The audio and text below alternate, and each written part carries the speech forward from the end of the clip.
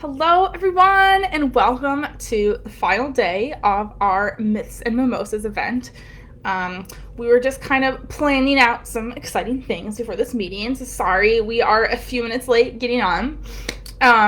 So comment and say hi, what time zone you're tuning in from. I know it was evening for some people last time. Yeah, so I thought today that I would kick things off by sharing my, as promised, Juilliard audition story. Hey. Which Amanda actually hadn't heard before. And it's related to today's theme of improvisation, I think. Okay, so when I was auditioning for music schools, for my undergraduate degree, I was auditioning for Juilliard. I eventually went to Oberlin. I did not go to Juilliard. But I thought it'd be very funny to share my Juilliard audition story. So when I auditioned for Juilliard, I was just auditioning for clarinet performance. And I feel like everything just went wrong that day. So first of all, I went to New York with my family, and we were staying in a hotel. And when I got there, I realized I hadn't printed any of my music. So about an hour before my audition, we used the hotel printer to print like all the orchestral excerpts, like the Mendelssohn Scherzo, which my dad was really pleased about. I hope he's watching this video so he can relive the experience. Okay, so with everything printed and me freaking out, I then went to Juilliard to do my audition. So the audition was with a pianist, and it was playing, I remember, it's burned into my brain. I was playing the Mozart Clarinet Concerto is one of my pieces. And I was just so freaked out that so it had to be memorized. I completely forgot how, like, half of it went in my audition. Like, my mind just completely blanked. So anyway, I ended up improvising. If there's any clarinet players watching this, it's the part that's like the do da da da da da da da da da da da da. Anyway, my mind just completely blanked out, and I just improvised. It wasn't great. I did something like ba ba da da da da. Like, I knew the key center. So anyway, my audition finished, and they're very serious there. So like nobody, they don't clap or smile or anything. They start like thank you, and I just like walked out. Probably immediately cried somewhere. Anyway, I did not get into Juilliard, and my improvisation on the Mozart did not help me with my audition. But I did realize that improvisation, is a fun and useful skill to learn, and there's many other ways that improvisation can be successful for you as a classical musician that don't have to do with Juilliard. So we're going to talk about some of those today. I love that story, Anna, because you're, what you do when you forget your music is start improvising. And then what I used to do as a person who did not know how to improvise, I would sort of just freeze up and like stop. I would just stop playing. Like, has anyone experienced that in here where you like don't remember what to play, so you just sort of like stand there like a deer in headlights and then put your flute down, or just like talk to the pianist, like, where are we again? Oh, okay, and then restart. Like, which is actually, like, technically speaking, worse to do, because like, Anna, if you were just in a concert and forgot your music and started improvising, like, I'm willing to bet half the audience wouldn't notice. I probably wouldn't even notice unless you put like jazz chords into Mozart. Yeah, I mean, it's so much better than just like freezing, right? Because like I think we have to remember too, like, yeah, obviously at Juilliard they all knew, like they all had their little Mozart memorized, but like in any other situation, whether it's band or whatever, like it would have worked. I think. Because most people, like, because I think what they would expect at a Juilliard audition is pretty different than just most reality situations. Yeah, like if you're doing a concert like in the mall, or like performing a solo, or even if you're in a chamber group for people, you have to have some sort of something that you can do if you get lost, or what if I've seen like pages of music blow away. And Blows away. and actually, yeah, I've seen many different versions of the Mozart, actually. Like, some people actually do add some jazz stuff or whatever. But Amanda and I were talking about how actually in classical music, things used to be improvised. And that was very common. Like cadenzas, I think we talked about this a little bit yesterday, but cadenzas, even whole pieces were improvised or composed, because that's what composing is. And somehow we've kind of just stopped teaching that or putting an emphasis on that as much. Mm. So improvisation doesn't have to just apply to jazz, though it will all help with your ear. Yeah, so maybe we can talk about some myths or tips about how improvisation can help all musicians. Yeah. So first thing would be obviously what we just talked about. If you get lost in your music, but music theory terms, like like what key center you're in, and what key center you're moving to. Like if you can improv, then you could make way until you find where you're supposed to be.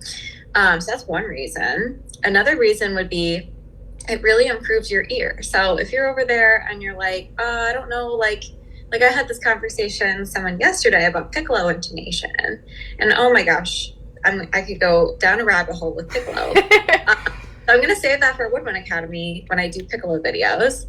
But with piccolo, like it's so difficult to tune it because all you have to do is move like a tiny bit and the pitch changes dramatically. So when I play piccolo in orchestra, like I rely on my ear to tell me if I'm in tune because the instrument's just too unreliable by itself.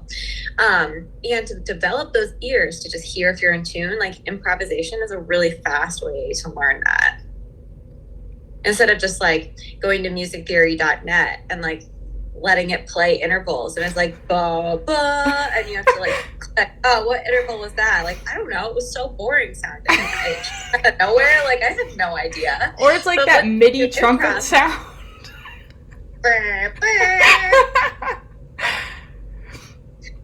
Yeah, but yeah. And anything you want to add to that? Yeah, I mean, so like Amanda, like we were working on improv together. And I feel like you found that really helpful for just kind of your musicianship. Oh, yeah. I mean, I was also feeling at the time a little bit bored in my practicing. I was like practicing all my scale routine and difficult music and stuff. And I was just like, I don't know. Like, I feel like I was feeling like all I could do was read notes on a page, and I was watching other musicians just pull notes out of thin air, and I'm listening to Anna like play all these impressive riffs, and she's like, I don't know what I played. I made it up in the moment and stuff. And, and I just thought that was really cool. And I was like, as a musician, I feel like I should know how to do that. So when I learned improv, like, honestly, it made a lot of things that I usually found difficult to do really easy. So for example, back to Mozart concertos, I always have my own cadenza that I play. And after learning how to improv, I went back and looked at my cadenzas and I was like, wow, these are really boring and I could do better. So I rewrote my cadenzas. And actually, I could probably just improv a cadenza in the moment, like you're supposed to do anyway.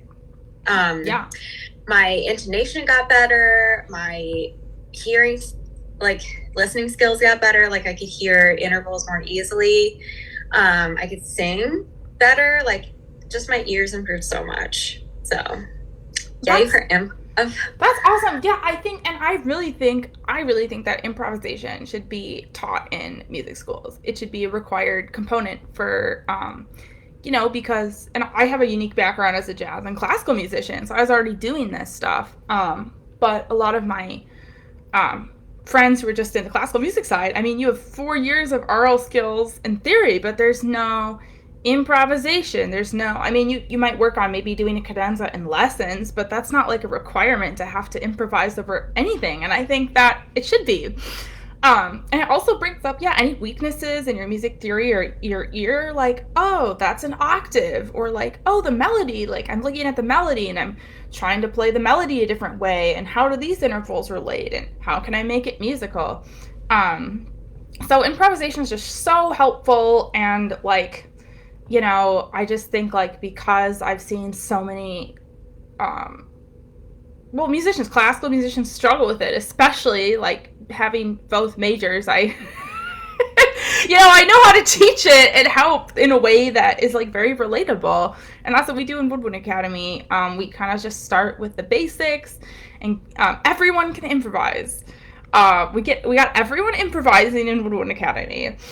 And then we also teach some jazz improvisation, so some basic tunes that are like often called in a jazz setting.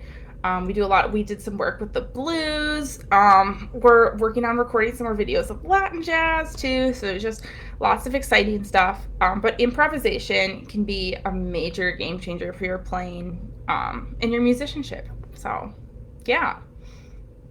Well put.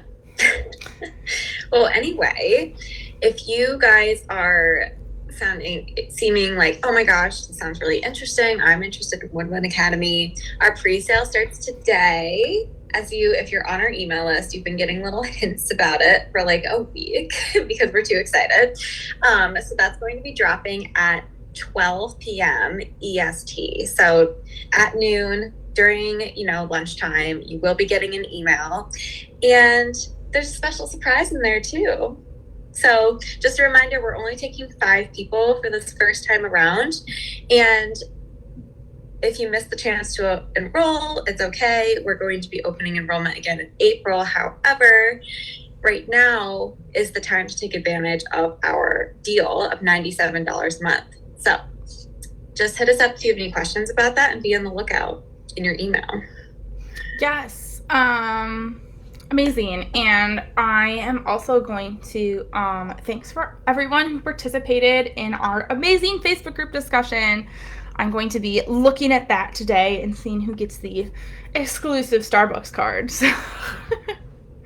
But yeah, we're super excited for our pre-sale today. We're super excited about all we do at Woodwind Academy. We really loved coming online with you to bust some myths, hopefully give you some suggestions to improve your playing, and be on the lookout for our pre-sale launching at noon today EST. Okay, bye everyone. Bye.